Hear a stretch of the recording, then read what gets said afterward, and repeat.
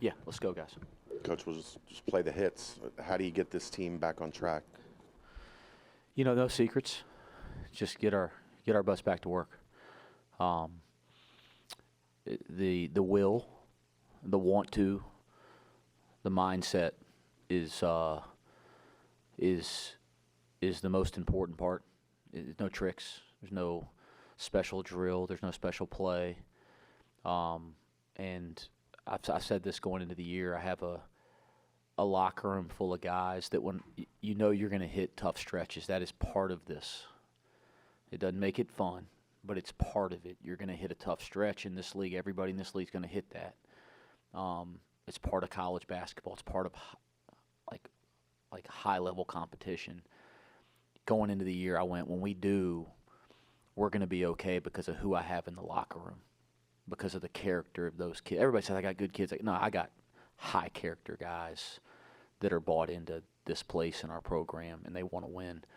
And so that mindset's the most important, and I believe that's what's going on with our guys and certainly with our staff.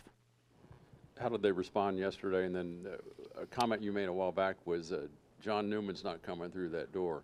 Who can be that guy for you, or can it be multiple? We didn't get back until 1 or 2 yesterday afternoon from Waco.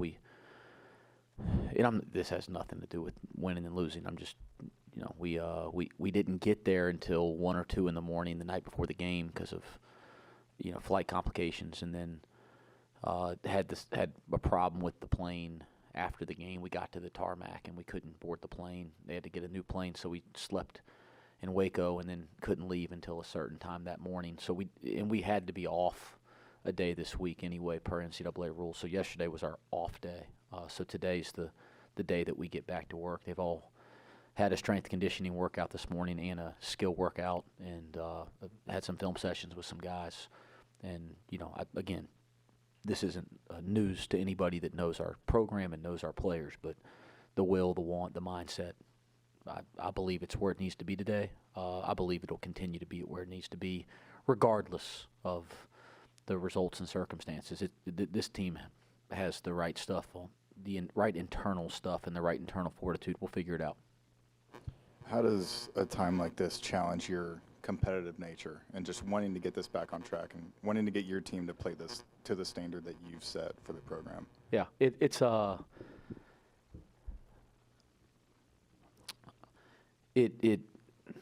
what you live for as a competitor. Okay, like nobody wants to lose 3 games in a row and start in league 0-3, but you want to do great things.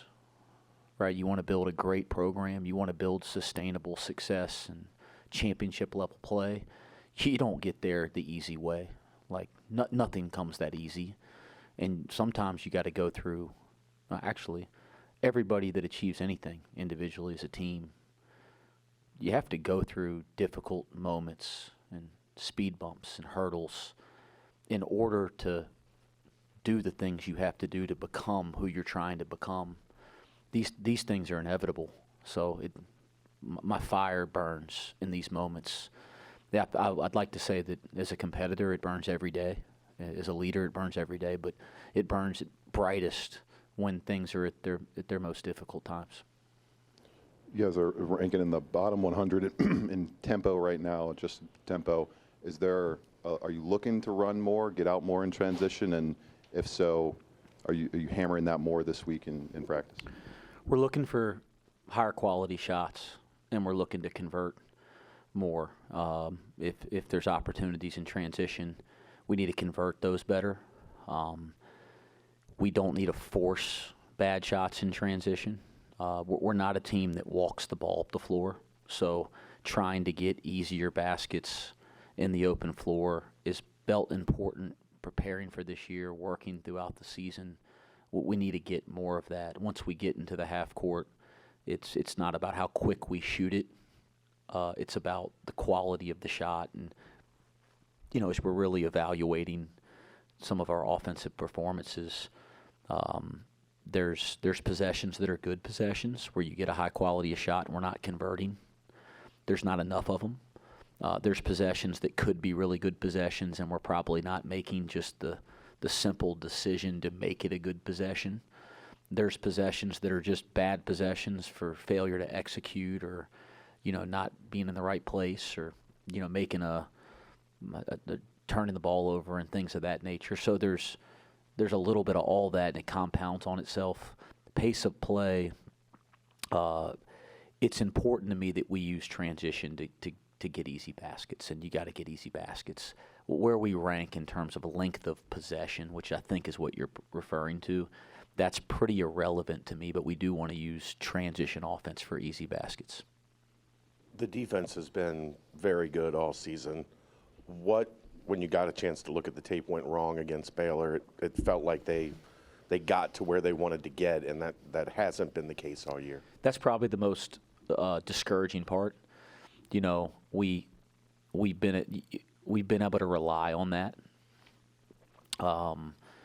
and that's an identity that this team has created. Certainly, it's an identity of this place and this program, and we've said that from day one. But this team has tried to carve out an identity there, and had some moments where that's real. In terms of how they practice, that's real. Didn't feel that. Didn't feel that at Kansas State.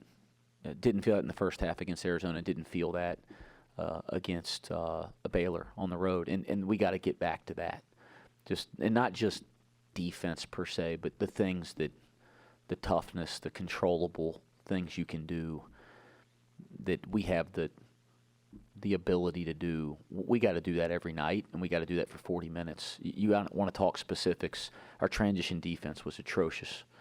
And there's some scenarios where they're switching, and their 5-man, right, is up on the perimeter guarding a guard when a shot goes up, and then they're leaking out with the 5. And so some of it structurally, there's some explanation for it if you really break it down. But at the end of the day, that's an excuse. We got to give an effort to get back. And we've shown that we can do that. We've shown we can be an elite transition defensive team. We were not. So that was the first thing. And you start spotting points in the open court just off pitch-ahead layups. I thought our ability to defend the basketball was as poor as it's been over the course of 40 minutes. You got to give Baylor credit. They have terrific guard play. They spread you out and just kind of drive you. It certainly Scott runs good stuff, but it's not complex in nature as much as they got 4 guys on the floor that can deck it, and they touch the paint in a way that we didn't feel good about for who we are and what our standards are. That was really frustrating. And then, the backboards, the far too many offensive rebounds that were hard to swallow. Not the long miss that gets tipped, and every once in a while the ball's the one where they were more physical than you to the ball within 2 or 3 feet when you get them to miss a shot. Those are a number of things that jumped out. Certainly, there's other one-offs over the course of the game, but those 3 things are the stuff that we got to hang our hat on, and that's how a game goes from a close game or a game you can manage to one that gets out of hand a little bit. You've talked a lot, when in reference to Jizzle, of breaking down film with him in depth, looking at hours and hours of film. How much do you think he's been challenged with this recent stretch where it just seems that he's not producing as much offensively as your guys' point guard may need to be? Listen, everybody's got to be better. The head coach has to be better. The staff has to be better. Every player's got to be better. Everybody's got to raise their level. I think the challenge is to not try to single out, like we just played very poorly, probably the worst game we've played all year. We did not feel like we played great in the previous 2 games, even though we had our chances. The challenge right now isn't to point fingers, because it is not that simple, right? There's no one person or one issue that can explain not playing well over the last 3 games. And guys, by the way, you can play really well in this league and lose 3 games in a row. That just hasn't been the case in this one, and that's the one that's hard to swallow. We have not played well and lost 3 games in a row. If we played great and lost 3 games, we'd be discouraged, and I'd be sitting here saying, guys, we're playing great, we'll be all right. That's not how we feel. So does Jizzle need to play better? Heck yeah, but so does everybody. And do I need to coach better? Heck yeah, and so does every assistant coach. So listen, we need all of our guys to raise their level. Am I worried about Jizzle, or is there a way to, get his shooting numbers better, for him to play the way we know he's capable of playing? It's like anything. There's no secret. Like Jizzle was in there with the full lather this morning, probably going harder than I'm comfortable with in January when we have another practice this afternoon. Jizzle's going to everybody out there that follows our team, like if you're going to take it on the chin, you want to take it on the chin with that kid. 'Cause he gives everything he's got. He's trying his tail off, and we've already seen how good he is. Just like the rest of them. He's coming. He's going to break through. And there'll be some naysayers out there in the process. That's the fun part of this whole damn thing, because he'll break through. You got a lot of guys you want to play. Do you reevaluate the subs after the first time out based on the recent results? Yeah. We certainly look at our coaching decisions after every game. I think we always want to be consistent over a period of time. I don't ever want to be the guy that's changing every game, because I don't think players can be effective like that. We don't want to be a reactive coaching staff, and I think we do a nice job of that. And I think that gives players an opportunity to get real opportunity and real minutes and really develop. But over a course of time, yeah, we're going to evaluate that, and we have real data, real information, not just reactive information, and we'll adjust accordingly. In the Baylor game, Dylan's seen a little bit of minutes at the 5. Do you think that's something that could be implemented in the future, possibly? He did not play minutes at the 5 at the Baylor game. Yeah, but we've done that a lot of games. But we did not get him in there in that way in the Baylor game. But yes, I mean, that's something that we've done in some stretches this year, to go small and get a little faster and switch some things. But we did not do that in the Baylor game. What's the challenge of Kansas? Oh boy. They're the oldest team in the country, the most experienced team in the country. It's one of those things that they're a national championship contender, okay? And when you say that about a team, if that's what you say about a team, they're a national championship contender, and there's only a handful that probably people feel that way about. They present a load of challenges. The first thing is the depth and the experience, and the level of their players. I mean, you're talking about guys on their roster that were the leading scorers at other high major schools, other NCAA tournament teams a year ago. Okay, like they have a transfer that was the leading scorer on an NCAA tournament team that's playing limited minutes, right, in recent games. I mean, they are as deep as I've seen a college basketball team in recent memory, in the portal era. I mean, it's truly remarkable at every single position. And again, other than Flory Badunga, they're all really old and really experienced, and not just experienced, and they've played a lot of college basketball. They've played a lot of high-level college basketball and had a lot of success in college basketball.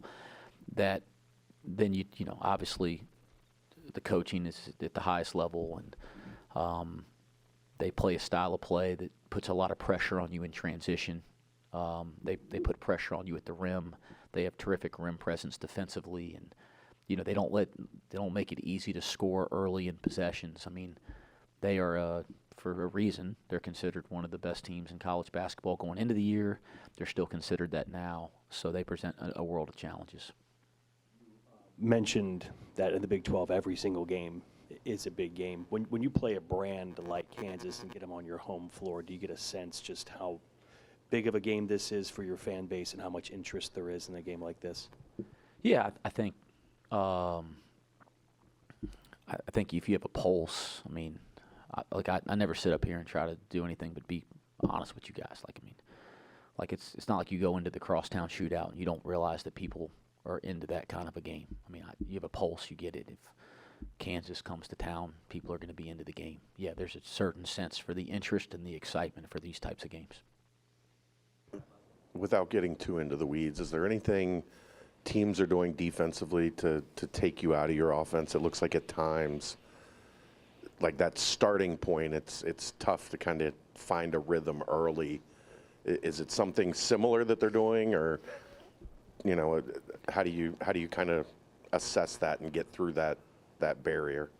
Yeah, it hasn't been similar.